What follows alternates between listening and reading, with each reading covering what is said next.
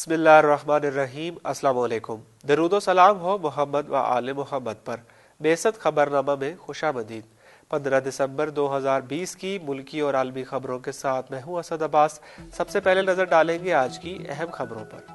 پاکستان میں corona virus کی دوسری لہر جاری ہے اور 2 روز کے دوران مجموعی کیسز کی تعداد کچھ حد تک کم ہوئی، تاہم اموات کی تعداد تشویشناک صورتحال بیان کر رہی ہے۔ پرائیویٹ اسکولز ایسوسی ایشن کی جوائنٹ ایکشن کمیٹی نے 11 جنوری سے ہر صورت اسکولز کھولنے کا اعلان کیا ہے۔ ملک میں پیٹرول بحران پر تحقیقاتی کمیشن نے رپورٹ وزیراعظم کو پیش کر دی، جس میں اوگرا کو ایکٹ آف پارلیمنٹ کے ذریعے تحلیل کرنے اور سیکرٹری پیٹرولیم کے خلاف کارروائی کی سفارش کی گئی ہے۔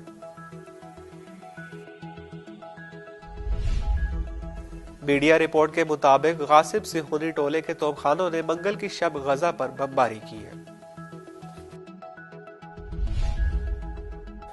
نائجیریا کی عوام نے کل ایک بار پھر دارالحکومت ابو جامع اسلامی تحریک کے قائد آیت اللہ شیخ زکزاکی کی رہائی کے لیے احتجاجی مظاہرہ کیا اور ان کی فوری رہائی کا مطالبہ کیا۔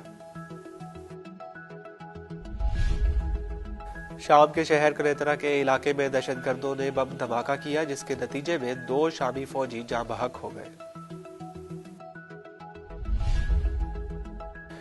روس سے دفاعی نظام خریدنے پر امریکہ نے ترکی پر اقتصادی اور سفری پابندیاں عائد کر دی ہیں۔ امریکہ میں جو بائیڈن باضابطہ طور پر امریکہ کے صدر منتخب کر لیے گئے ہیں۔ سعودی عرب میں علماء اور نوجوانوں کی گرفتاریوں کا نیا سلسلہ شروع ہوا ہے۔ افغانستان میں ایک بم دھماکے کے نتیجے میں کابل کے نائب گورنر سمیت 4 افراد جاں بحق ہو گئے۔ متحدہ عرب امارات اور بحرین نے چین کی تیار کردہ کرونا ویکسین کی منظوری دے دی ہے، جس کے بعد امارات میں ویکسینیشن کے عمل کا آغاز ہو گیا ہے، جبکہ سعودی عرب اور بحرین میں ویکسینیشن کے لیے شہریوں کی رجسٹریشن جاری ہے۔ قطر اور عمان نے ٹرمپ کے مشیر کی درخواست پر تل ابیب سے تعلقات معمول پر لانے کی مخالفت کی ہے۔ اور اتوار کے روز جدہ کے قریب BW رائن آئل ٹینکر میں ہونے والے دھماکے کے بعد جدہ بندرگاہ بند کر دی گئی ہے۔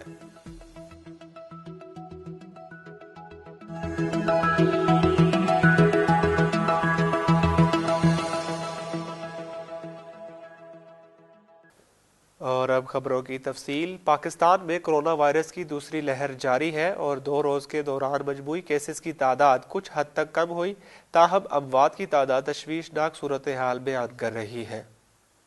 سرکاری اعداد و شمار کے مطابق ملک بھر میں گزشتہ 24 گھنٹوں میں کورونا وائرس کے 34,551 ٹیسٹ کیے گئے، جس میں سے 2,459 کے نتائج مثبت آئے، جبکہ 73 افراد اس وائرس کے باعث انتقال کر گئے۔ تاہم خوشائند بات یہ رہی کہ مزید 1,614 مریض صحت یاب ہو گئے۔ یوں اب تک ملک میں کورونا وائرس کے مجموعی کیسز کی تعداد 4,43,246 ہو گئی، جس میں سے 3,36,333 صحت یاب ہوئے ہیں، جبکہ 8,905 کا انتقال ہوا ہے، جبکہ فعال کیسز کی مجموعی تعداد 48,008 ہے۔ پرائیویٹ اسکولز ایسوسی ایشن کی جوائنٹ ایکشن کمیٹی نے 11 جنوری سے ہر صورت اسکولز کھولنے کا اعلان کیا ہے۔ 30 سے زائد پرائیویٹ اسکولز ایسوسی ایشن کے عہدیداران کا ہنگامی اجلاس اسلام آباد میں منعقد ہوا۔ اجلاس کے بعد میڈیا سے گفتگو کرتے ہوئے عہدیداران کا کہنا ہے کہ حکومت اعلان کرے یا نہ کرے 11 جنوری کو ہر صورت اسکول کھولیں گے۔ اسکول کھولنے کی کیا حکمت عملی ہوگی، یہ بعد میں طے کیا جائے گا۔ حکومت نے بھی 11 جنوری کی تاریخ دی ہے۔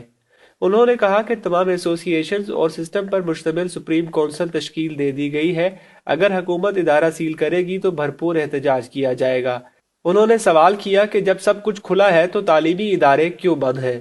جوائنٹ ایکشن کمیٹی کے عہدیداران نے تعلیمی اداروں کو بلا سود قرضے دینے کا مطالبہ کرتے ہوئے کہا کہ حکومت کے اعلان کا احترام کیا گیا ہے، اب SOPs کے ساتھ ادارے چلائے جائیں گے۔ تعلیمی اداروں میں بھی سمارٹ لاک ڈاؤن کی پالیسی پر عمل درآمد کیا جا سکتا ہے۔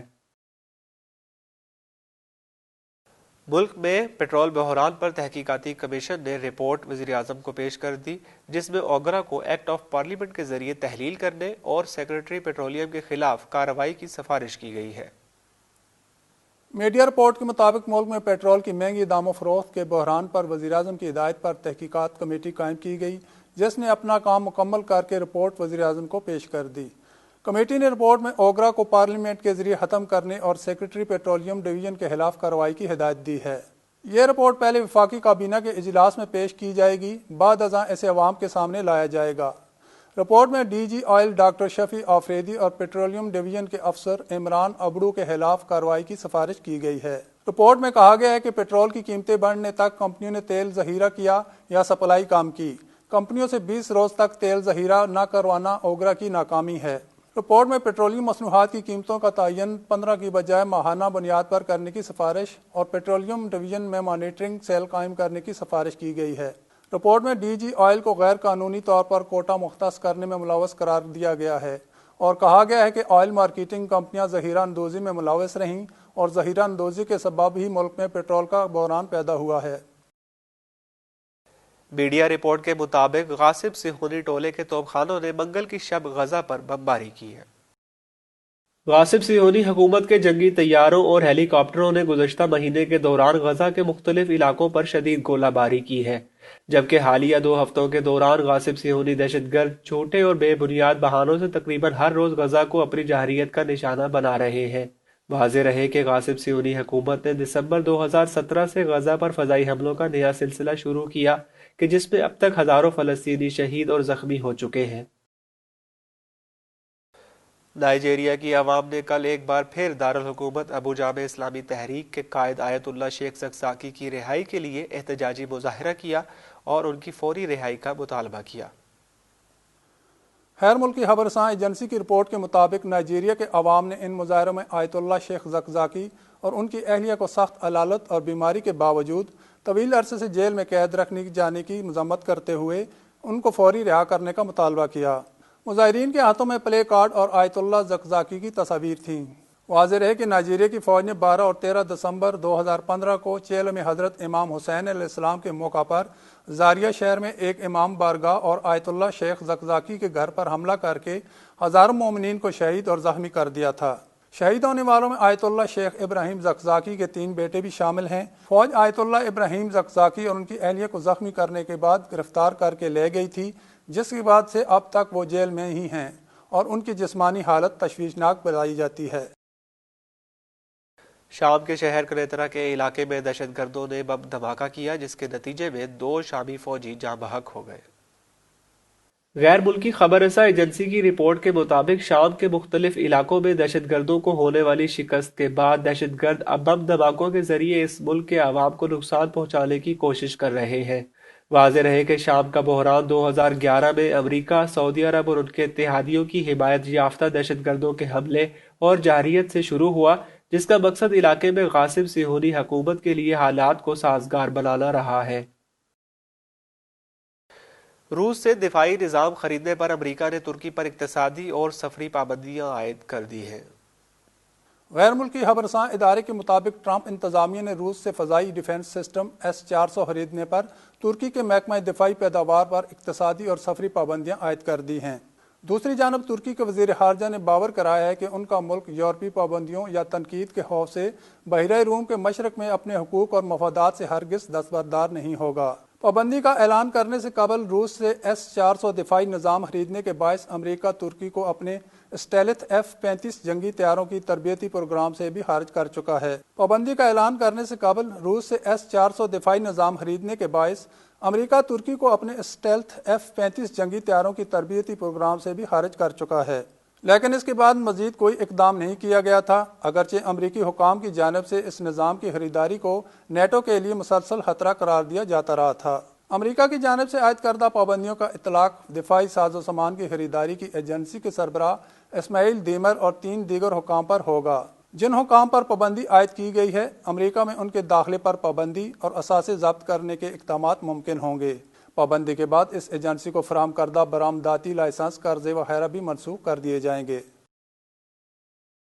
امریکہ میں جو بائیڈن باضابطہ طور پر امریکہ کے صدر منتخب کر لیے گئے ہیں۔ میڈیا کے مطابق گزشتہ روز الیکٹورل کالجز کی ہونے والی ووٹنگ میں امریکہ کے موجودہ صدر ڈونلڈ ٹرمپ کے حریف جو بائیڈن نے 306 الیکٹورل ووٹ حاصل کیے، جبکہ خود ٹرمپ کو کل 232 ووٹ ہی مل سکے۔ ووٹنگ میں امریکہ کی 50 ریاستوں اور کولمبیا میں باضابطہ طور پر صدر کے انتخاب کے لیے ووٹنگ ہوئی، جس میں وہی نتیجہ برآمد ہوا جو اس سے قبل امریکی ذرائع ابلاغ اعلان کر چکے تھے۔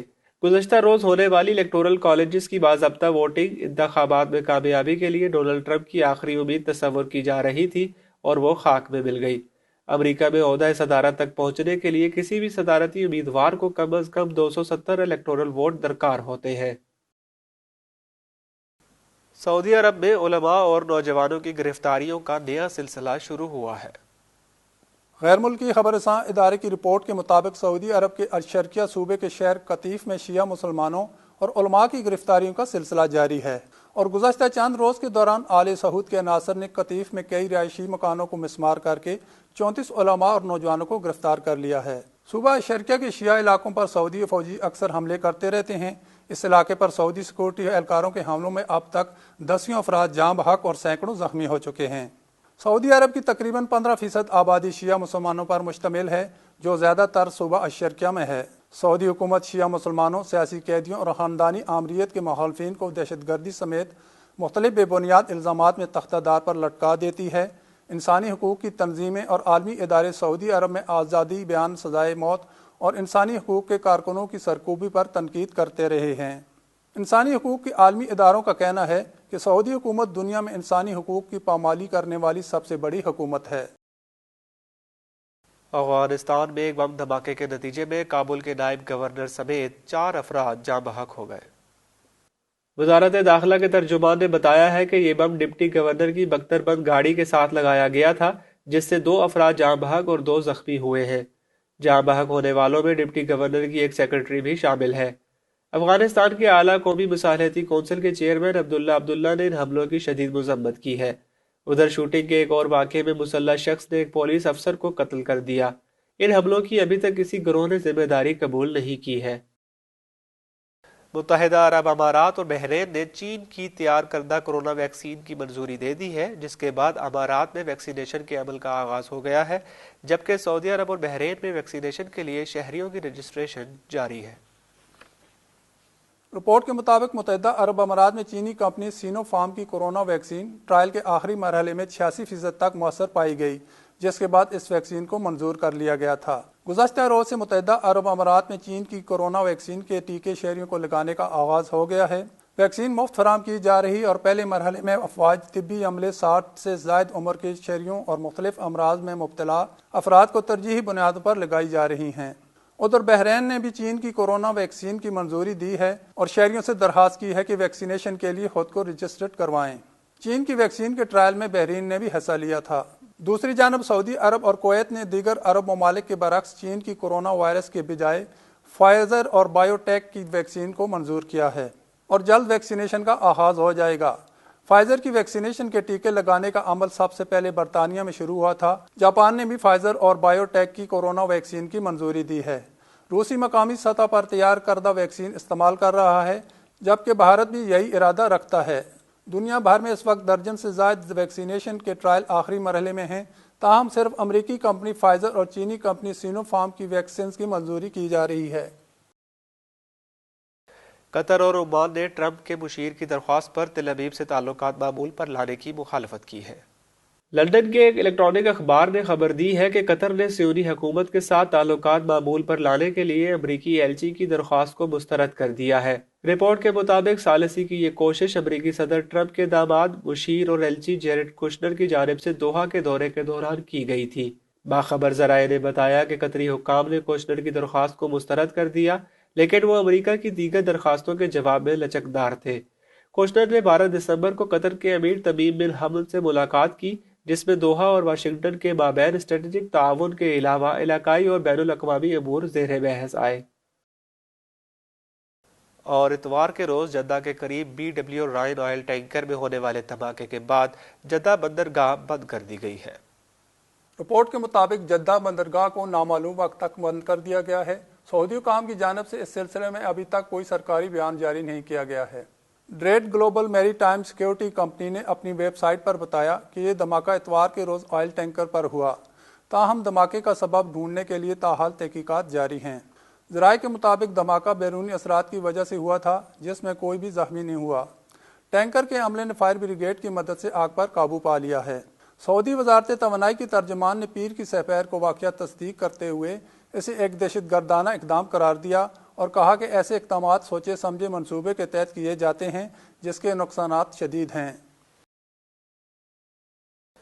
بیست خبرنامہ میں اب تک کے لیے اتنا ہی۔ اگلے خبرنامہ تک کے لیے اجازت دیجیے۔ دیکھتے رہیے بیست تعلیمی ٹی وی چینل۔ اللہ حافظ۔